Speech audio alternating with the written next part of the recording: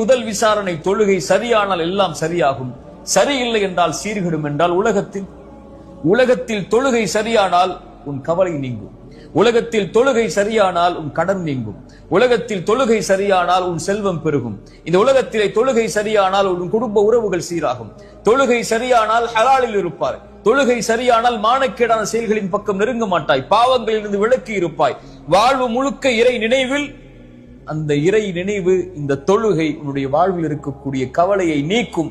இதை மறந்து இதை விட்டு நீங்கிவிட்டு கவலை வருகிறது, கஷ்டம் வருகிறது, வாழ்வில் சிரமம் இருக்கிறது, என்ன செய்வது, எப்படி வெளியேறுவது, எப்படி எனக்கு உதவி கிடைக்கும் என்று புலம்புவதால் பிரயோஜனம் இல்லை.